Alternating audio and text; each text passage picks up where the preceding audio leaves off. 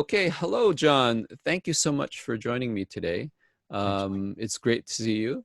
And we're going to talk about your chapter in Sick of the System. Your chapter is entitled The Pandemic and the War on the Poor. Maybe we can start just by asking you, why did you write the chapter, John? What's the drive or the impetus behind the chapter?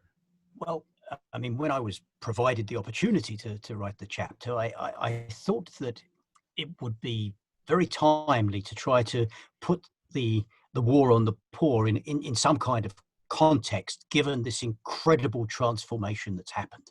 I Yes. mean, my guess is that we all of us, since it's sort of axiomatic that social consciousness lags behind social being, Hmm.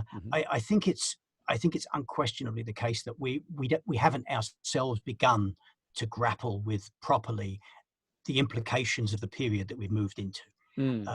I mean, in OCAP, we've gone through close to a 30-year slog in the trenches, dealing with a relatively incremental neoliberal agenda of austerity, of social cutbacks, of increasing poverty. And then Mm. all of a sudden, and I believe that an economic crisis was unfolding before the pandemic struck, but all of a sudden you have this incredible intensification. You know, the sort of the notion of a period of weeks in which decades happen. Hmm. So you get this sudden incredible change in the situation, and it's going to mean, I mean, we don't know how the pandemic itself is going to play out, how Hmm. many waves we're going to be dealing with, how many lockdowns, how many periods when people have absolutely no source of income. But Yes. even if the pandemic ended tomorrow, uh, we're dealing with something that's been completely transformed. We're dealing with the prospect of mass evictions. In the city of Toronto, where I live, the talk of the mayor with regards to the kind of cutbacks to social programs that we needed is massive. So, I mean, we need to understand, I think, that relatively incremental long phase of the Mm. neoliberal agenda has been completely overtaken by a situation of, I don't think it's hyperbolic to say class war. Mm. We're going to see incredible attacks. Just today, I'm reading that in Toronto, food bank use has tripled during the lockdown period. Yes. Hmm. Um, we're dealing with tens of thousands, in fact, probably hundreds of thousands of people at risk of eviction. And the lull in evictions that has taken place during the lockdown period is coming rapidly to an end. So we're going to see the eviction machine ramping up, and we're going to see incredible changes. And for workers in the Yeah. workplace, particularly precarious low wage workers, an incredible drive to intensify the rate of exploitation. Uh, so I wanted above all else to try to take stock of what that means for the Hmm. war on the poor. It means an intensification of historic proportions. I don't think we've ever seen or Hmm. anticipated anything like this. I mean, I'm a lifelong anti-capitalist. I've always believed that the Hmm. capitalist system is a system that is given to profound crises. But to talk about it and to see it happen are two entirely different things. So, Hmm. so I think I wanted above all else to sort of to take stock Hmm. of the incredible change that's happening and look at some of the implications that flow from that. So, thank you, John. So, if I understand what you're saying is that the neoliberal capitalist system has always been, if you will, at odds with the working class or the poor, and in fact, it's been an agent of the immiseration of people who are homeless or poor or who are the working poor, people who are poor tenants, so on and so forth. And that now the pandemic has created conditions that are, I think in your chapter you suggest an opening for a new type of struggle or a new type of Yes. solidarity. And I'm wondering if you can expand on that a little bit. Is it that it it is an actual opening, or you're saying it's a metaphoric opening? I'm wondering if you could clarify. Well, I think in that sense, a potential opening. Hmm. I mean, there's no guarantees, Hmm. uh, but I think that what's posed is the need to completely or at least very, very seriously reevaluate the forms of struggle and organizational norms that are needed in this period. I mean, the neoliberal years going back to the 1970s, I think, have been marked by a situation where the sort of the edifice of class compromise that was created in the post-war years Yes. has continued to putter on. You Hmm. have trade unions that are most of the time the membership largely demobilized, very top-down affairs, Hmm. notions that people may periodically engaged in localized strike struggles, but there'll be no generalized political strike activity. Hmm. Um, and that was a sort of that was an arrangement that that came into being during the post-war years, when Hmm. the system was actually making fairly substantial concessions in terms of raising workers' living standards and those Sure. kinds of things. Hmm.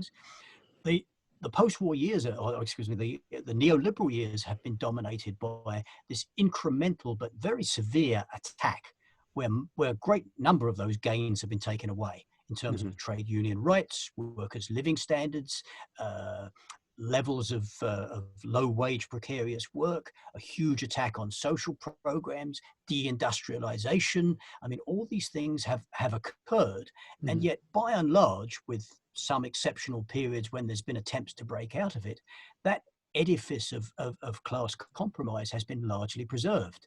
People have continued to play within those rules, Hmm. even though the basis for the compromise is gone.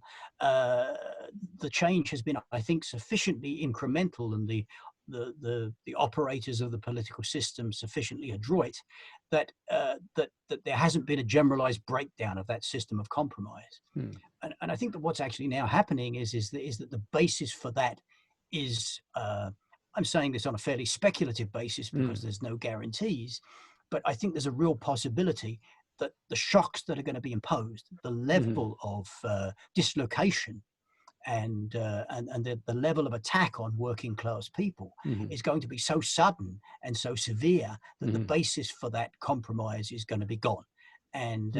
and we're going to be looking at the possibility of worker struggles breaking out of the post-war compromise, and we're Hmm. looking at the relatively low level of social mobilization on a community basis being changed into the possibility of real mass mobilization and really Hmm. huge Yeah. struggles.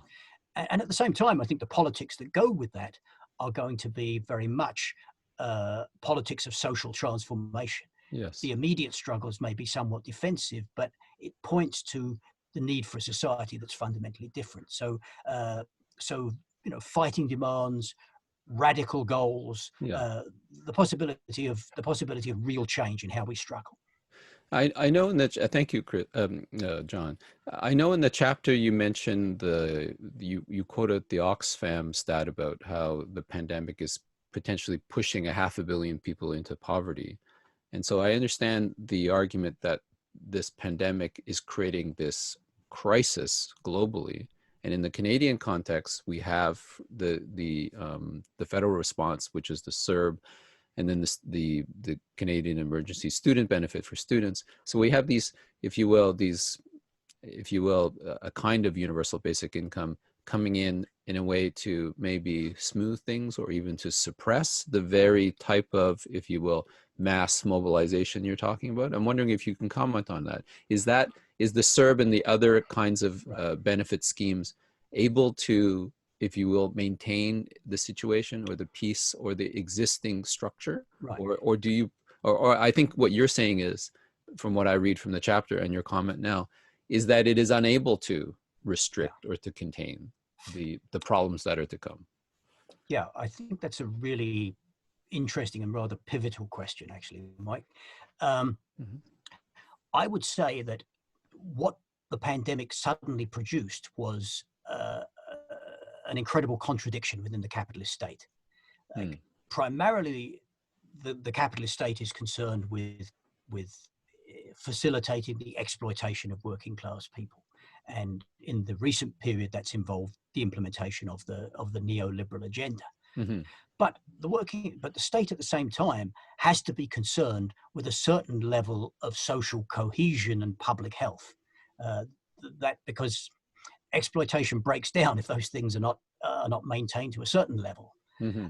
And so I think that you did get this sudden, strange situation where there was an easing of some of the norms of the neoliberal period. You did get levels of income support being provided, like CERB, that were more than they had anticipated doing. You had the incredible spectacle of the most conservative politician imaginable, Doug Ford in Ontario, making this statement that if you have a choice between feeding yourself and paying your rent, then feed yourself, um, because they actually. I think Ford was, like a deer in the headlights, given this incredible situation he'd never expected to deal with in his life, Yes. where the notion that all of a sudden in the middle of this lockdown, hundreds of thousands of people were going to be put out on the streets. Well, that was too much for them to deal with.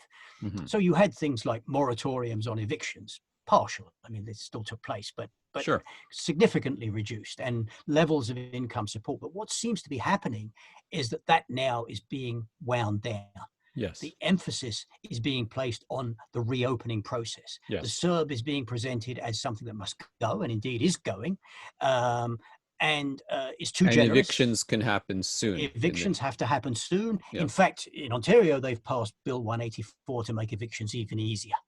Mm. So I think that the temporary period in which, even to some extent, even the Trump administration was forced to backtrack on the neoliberal assault.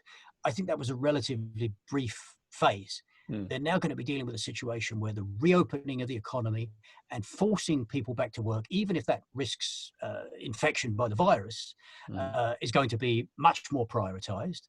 And restoring profitability within the system is going to require an enormous intensification of exploitation. That is not going to happen if there's Mhm. any half decent systems of income support around. That's not going to happen if tenants have any extensive long-term protection from eviction. Sure. And the bill for all of this is going to have to be paid, Mhm. and their intention is to make sure that working class people pay for it. So I do think that the class war scenario, whether they're hardline authoritarian right wingers or whether they're of the more liberal variety, Mhm. I think governments are going to be the logic of events is going to force them in that direction, and that does Mhm. get us back to the question of transform struggle on a different scale. Thank you, John. I'm wondering also in your to follow up on what you've said in your chapter, I think you write extensively about basically how people feel. If I'm reading between the lines, I think you use the word rage and anger, Yes. and I think throughout the chapter there's this notion of this seething rage, especially with the working class and the working poor and the homeless. That is in the chapter. So my question is that rage, is that anger, is that response to the injustice of the situation enough to give rise to an organized response, right? Right. Because anger and rage can also lead to like despondency or Yes. anxiety or stress or depression. Like it can also move it in this other direction. But what I see in your chapter is you're trying to say you believe that it will move it in this more progressive anti-capitalist direction, and I'm wondering if you Right. can expand on that. Well, I mean, I think it's uh, anyone who makes predictions about what's going to happen in the next 6 months or a year is either unduly confident or a complete charlatan, Yeah. uh, and so I I can't make a prediction, but what I Okay. think we can do is look at the possibilities and the general directions. Mhm. So we see, I mean, first of all, from 2008 on, let's say, roughly, Mhm. we have this period of incredible crisis, followed by the most sluggish economic recovery probably in the history of capitalism. Mm. A long one, but an incredibly flat one. And last year, you see this global uprising take place, largely in poor countries, but not entirely, breaking out in France and other places. You see this sort of, and it was characterized as a global uprising, and it was a reflection, I think, of that growing sense of anger that the World Bank and the IMF have commented on. Sometimes it goes in reactionary directions. Absolutely, it does. But the potential for mass working class uprising was already there before the pandemic.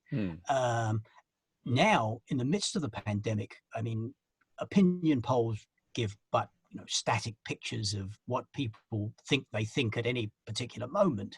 Yes. But I don't think they're irrelevant. Yes. You're getting opinion surveys in which people are saying things like, I mean, at the moment, following the uprising around Black Lives Matter, Yes. you're seeing a majority of people say they're in favor of defunding the police, Yes. even if they may be a little unclear what exactly they mean by that proposition. Yes. You're seeing majorities talking in I think it was an Ipsos poll in Canada, where I think it was 70% of people were saying that they expected to see fundamental changes in how Canadian society was organized. And by that, they meant things like seriously strengthening the social infrastructure, dealing with homelessness, dealing with the erosion of healthcare and all of those things. So I think you've got this incredible sense of raised expectation that's coming up against an agenda that is going to move in the exact opposite direction. And that's going to be incredibly volatile. Now, can that mood of anger be taken, can it assume the form of mass movements of resistance and potential social transformation? I believe it can. I don't predict that it will, but I believe that it can, and that's what we've got to work with. Yeah. I think that's a great answer. Thank you. So the last question, John, is one that I've been asking other contributors. Is there anything you would change in the chapter? You wrote it in April. We went to press in May. It's been a few months. You mentioned Black Lives Matter. Many things have changed in the last few months. We're in July. It'll be August, I guess, tomorrow. Is there something you would change, something you would delete, something you would augment, something you would subtract or add now that you've had some time? Well, I mean, I think we have an abundance of examples of just how reckless and greedy the agenda that we're up against is, that we weren't aware of. I mean, we're seeing the Trump administration preside over an unleashing of the pandemic in the United States. And we're seeing several other jurisdictions, Brazil and a number of other places where that's unfolding clearly as well. Yes. And we're seeing an intensification, I think, and a clearer sense of the kind of attacks that are coming down. But the big thing that I don't think I was able to comment on because it hadn't happened was you compare the situation to the Great Depression, and the capitalist press to an extent is making that comparison. One of the defining features of the early period of the Great Depression was a period of shocked passivity. I see. You know, people after 1929 start to see over a period of not months, it happened here, but over a period of years, a worsening of the situation, and the organizing against it and the resistance to it took a fairly extensive period before it started to kick in. So seeing this incredible change taking place, you're asking yourself, are we going to go through that scenario again? Is there going to be this period of shocked passivity? And there are strong indications that we have that didn't have when the chapter was written, that no, in fact, there is an incredible level of combativity out there. Yes. A readiness to fight back. I mean, who would have imagined that the killing of George Floyd on the streets of Minneapolis by the police would lead to a situation where, certainly across the US, but internationally, there would be this incredible explosion of anger. And that points to that. And the other defining feature of it, I think, is that we underestimated is how profoundly interwoven the struggle for racial justice and the class struggle are going to be in the period ahead. I mean, in the United States, they're talking about as many as 28 million people facing the possibility of eviction. Those who rent in the United States black people and Latino people are twice as likely to rent as white people. Yes. So that dynamic, I think, is going to be absolutely incredible. Not to say that there aren't going to be millions of poor white working class people who aren't going to be involved in this struggle, Yes. but I think it's going to be a defining feature of the thing. And the big question now is probably, I would speculate, but it's not a totally random speculation. Yes. I think that the eviction situation may be the fuse now for the next big round of struggle. Certainly in the US, but I mean here in Toronto. And in Toronto, there's some very exciting organizing being done on a preliminary basis around this. I think there is a real possibility that there is going to be an attempt to evict a mass of people, and there's going to be a level of resistance that's going to shake them.